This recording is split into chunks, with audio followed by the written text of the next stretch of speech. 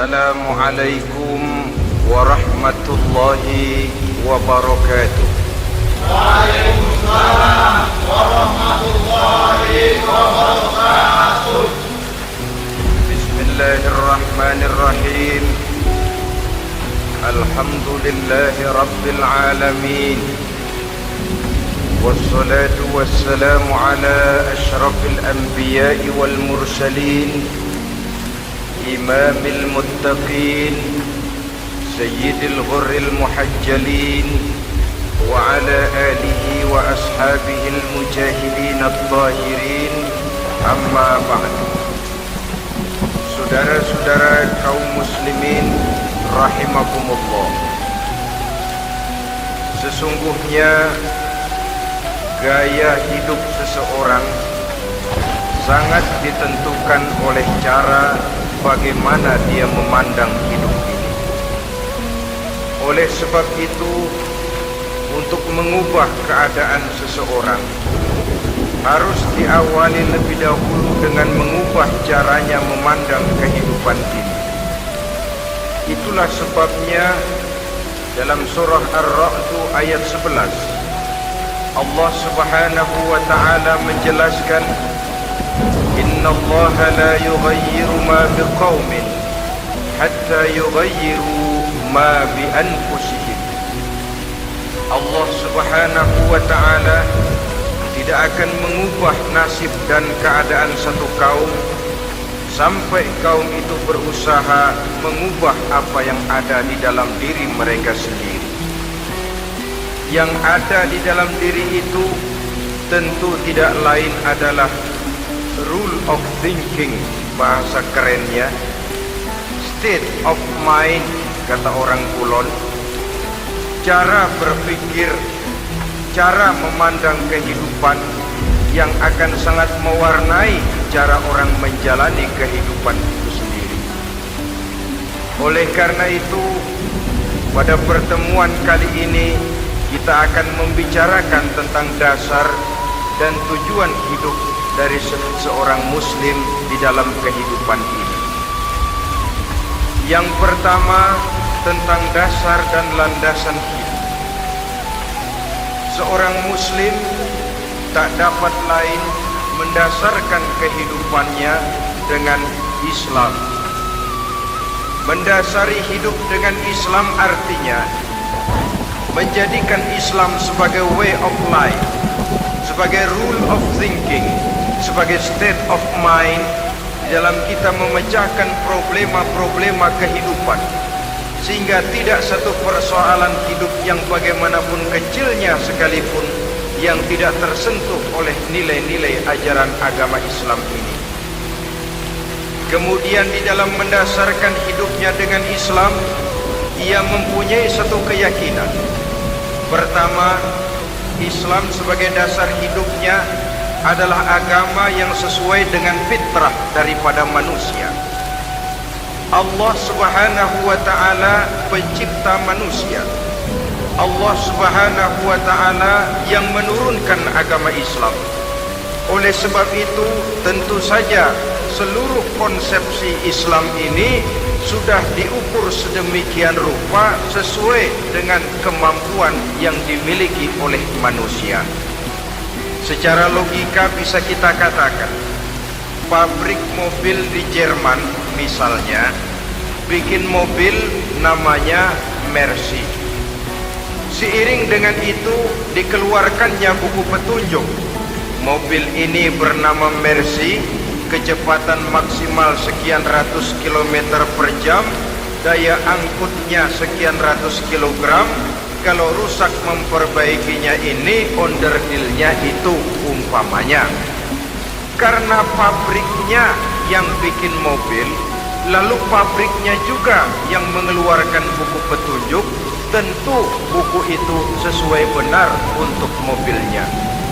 Dan logika mengatakan, tidak bisa kita punya mobil Mercy rusak, kita perbaiki dengan menggunakan buku petunjuk yang dikeluarkan oleh pabrik mobil Fiat. Tentu saja mobil makin rusak, acak-acakan dan tidak karu-karuan. Ini artinya, jikalau manusia ingin baik, jikalau manusia ingin mencapai sesuatu yang bernama bahagia, dia harus mengikuti petunjuk yang dikeluarkan oleh yang menciptakan manusia.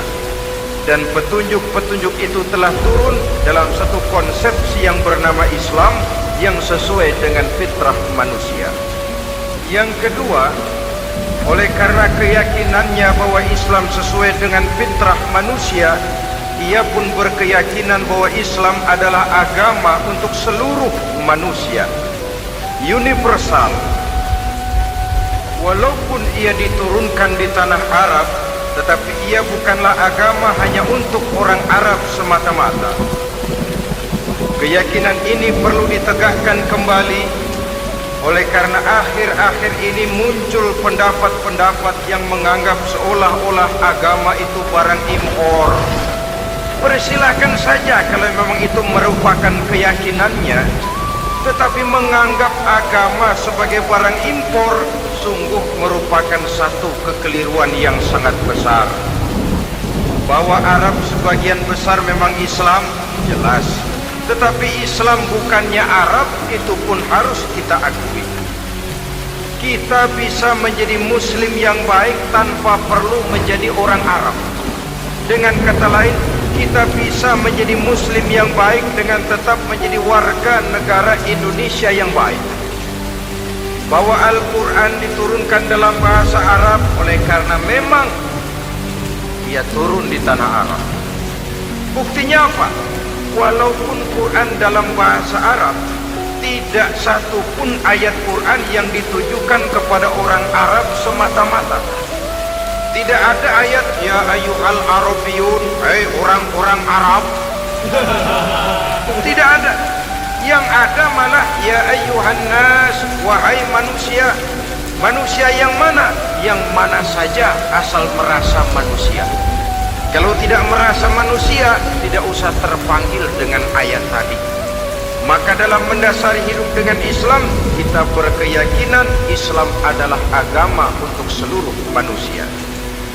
Yang ketiga, di dalam mendasari hidup dengan Islam, kita berkeyakinan Islam adalah agama terakhir yang diturunkan kepada Rasul terakhir.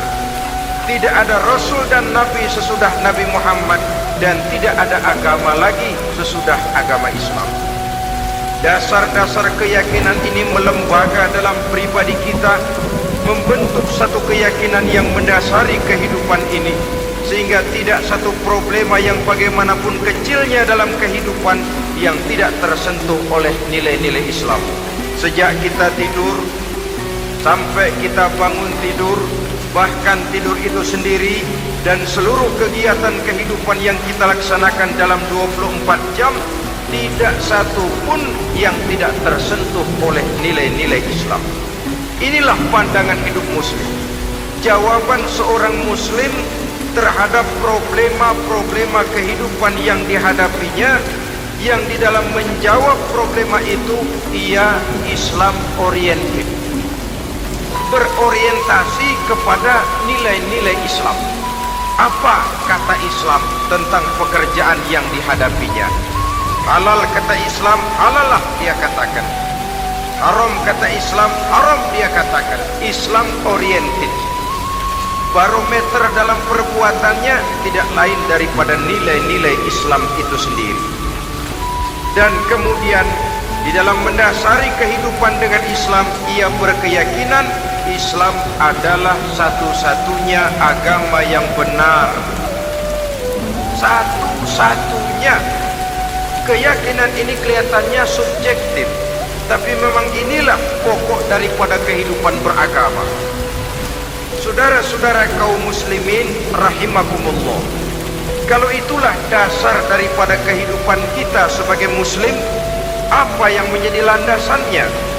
Kalau dasar hidup kita Islam, maka landasan hidup kita tidak lain adalah Al-Quran dan Sunnah Rasulullah Sallallahu Alaihi Wasallam. Maka satu ajaran hanya akan langgeng, tahan lama apabila dia turun dari sumber yang serba maha. Dan itu sudah turun bernama Al-Quranul Karim. Sedangkan sunnah, saudara-saudara, merupakan penjelasan dari apa yang oleh Quran tidak jelaskan dalam bentuk yang detail, melengkapi apa yang oleh Al-Quran hanya disebutkan dalam bentuk garis besarnya saja.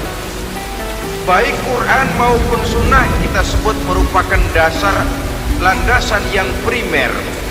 Sedangkan untuk memahami Quran dan sunnah, kita memerlukan pendapat-pendapat orang yang ahli di bidang itu.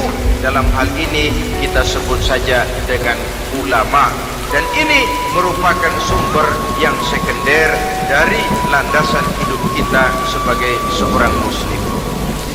Dua rel ini, Quran dan sunnah, merupakan landasan di mana kereta api Islam ini berjalan.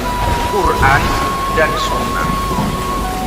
Saudara-saudara kaum muslimin rahimakumullah, oleh karenanya marilah kita menjadikan Quran dan sunnah ini sebagai imam di dalam kehidupan kita. Bukankah Rasulullah sallallahu alaihi wasallam pernah memberikan pilihan, man ja'ala al-Qur'ana amamahu qadahu ilal jannah wa man ja'ala al-Qur'ana khalfahu saqahu ilan nar. Siapa yang meletakkan Quran di depannya, dijadikannya Quran sebagai imam dan dia sebagai makmum, maka Al-Quran akan membimbing dia ke surga. Ya, surga di dunia ini, lebih-lebih lagi surga di akhirat nanti.